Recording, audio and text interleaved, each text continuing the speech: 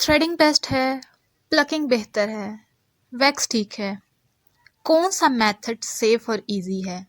सारे option try करके देख लिए हैं, कुछ समझ नहीं आ रहा, तो ये वीडियो आपके लिए है। अस्सलाम वालेकुम जी। आज की वीडियो वैक्सिंग से रिलेटेड है। आज के एडवांस टाइम में जहाँ इतनी सारी ऑप्शंस अवेलेबल हैं, वहाँ बहुत से लोग कंफ्यूज भी हो जाते हैं कि कौन सा ऑप्शन पिक करें और कौन सा मेथड सेफ एंड सिक्योर है। तो चलिए देखते हैं घर बैठे आराम से कौन सा मेथड फॉलो किया जा सकता है। सबसे पहले बात करते हैं अपर लिप्स के बारे में। अपर लिप्स के लिए थ्रेड सबसे बेस्ट ऑप्शन है, क्योंकि अपर लिप्स बहुत जल्दी ग्रो हो जाते हैं, तो रेगुलर बेसिस पे आप वैक्स या प्लकिंग नहीं कर सकते, या वैक्स स्ट्रिप या हॉट वैक्स या कुछ भी इस तरह के चीज़ें छोटे से पार्ट के लिए यूज़ करना वक्ता लगता है। जैसे वैक्स स्ट्रिप्स को आप यूज़ करेंगे तो उसको अपर लिप्स के एरिया के मुताबिक आपको कट करना पड़ेगा। वैक्स यूज़ करेंगे तो उसको पहले थोड़ा सा गर्म करना पड़ेगा, उसके लिए फिर टूल यूज़ करने पड़ेंगे। प्लकिंग आप करेंगे तो उसके लिए आपको ट्यूज़र यूज़ करना पड़ेगा। तो इस छोटे से पार्ट के लिए जो रेगुलर बेसिस पे निकल आती हैं, इसके लिए आपको टूल्स वगैरह ये सब यूज़ करना, और ये वक्ता भी है और टाइम कंज्यूमिंग भी है।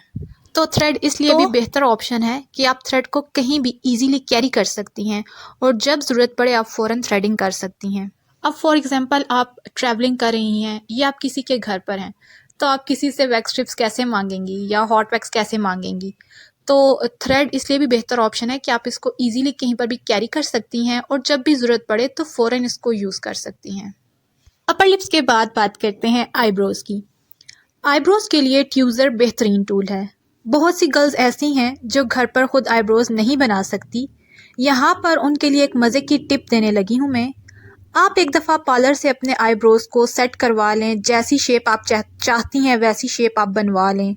उसके बाद 1 या 2 दिन बाद रेगुलर बेसिस पे अपने आईब्रोज को चेक करती रहें। जैसे ही कोई एक्स्ट्रा हेयर ग्रो करे, उसको फ़ौरन ट्यूज़र की हेल्प से रिमूव कर दें। आपका मंथ बहुत इजीली गुजर जाएगा। ट्राई करके देखिएगा, आपको ये ट्रिक बहुत हेल्पफुल लगेगी। अब बात करते हैं फेशियल हेयर्स की। फेस के हेयर्स को रिमूव करने के लिए रेज़र यूज़ करें। रेज़र जो है बारीक हेयर्स को बहुत अच्छे से रिमूव करता है। मैं यहाँ पे फेशियल रेज़र की बात कर रही हूँ, क्योंकि फेस के हेयर्स बहुत पतले और बारीक होते हैं। ये ट्यूज़र या थ्रेड से निकालना मुश्किल होता है। रेज़र यूज़ करने से पहले अपने फेस पे एलोवेरा जेल अप्लाई कर लें या कोई भी लोशन लगा लें। डायरेक्ट रेज़र यूज़ ना करें, क्योंकि कुछ गर्ल्स की स्किन सेंसिटिव होती है और डायरेक्ट रेज़र यूज़ करने से फेस पे पिंपल्स निकल सकते हैं। फेस के हेयर्स इतनी जल्दी ग्रो नहीं करते, इसीलिए ये मेथड आप 15 डेज़ बाद कर सकती हैं। ये रेज़र आपको इजीली कहीं से भी मिल सकता है। आप मार्केट से जाकर भी बाय कर सकती हैं या ऑनलाइन ऑर्डर भी किया जा सकता है। आर्म्स एंड लेग्स के हेयर की तरफ। तो जैसे कि आर्म्स और लेग्स एक बिग एरिया है हेयर्स का, तो इसके लिए हम फ्री होके या बाकी कामों को छोड़ के इनको रिमूव करने बैठते हैं।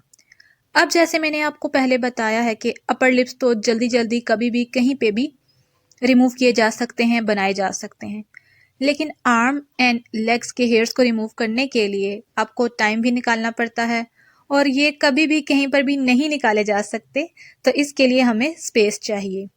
इनको हम अपने रूम में ही रिमूव करेंगे, फिर इनके लिए हम अब टूल्स यूज़ कर सकते हैं। आर्म्स एंड लेग्स के हेयर्स को रिमूव करने का सबसे बेस्ट मेथड वैक्स स्ट्रिप्स हैं। वैसे तो मार्केट में और जगह जगह वीडियोस भी अवेलेबल हैं वैक्स से रिलेटेड, जैसे कि hot wax, cold wax, bees wax, ये वैक्स, वो वैक्स। बट जो इजी मेथड है वैक्स का, वो वैक्स स्ट्रिप्स हैं। इससे हेयर्स फ़ौरन रिमूव हो जाते हैं as compare to other waxes. और बाकी वैक्सेस की तरह ये इतना मैस भी क्रिएट नहीं करती। जैसे कि बीज और हॉट वैक्स के लिए आपको वैक्स मशीन की ज़रूरत पड़ती है, फिर मशीन ऐसे तो नहीं चलती ना, उसके लिए लाइट की ज़रूरत पड़ती है। अब कभी ऐसा हो कि आप अपने सब काम छोड़कर फ्री होकर बैठी हैं वैक्स करने के लिए और लाइट चली जाए, तो इसीलिए वैक्स स्ट्रिप्स एक बेहतरीन ऑप्शन है आर्म्स और लेग्स के हेयर्स को रिमूव करने का। अच्छा जी, यहाँ पर मैं आपसे एक और बात शेयर करना चाहूँगी। किसी भी एरिया से जब आप हेयर्स रिमूव करते हैं, तो हेयर्स रिमूव करने के बाद उस जगह पे फटकरी का पानी लगा दें।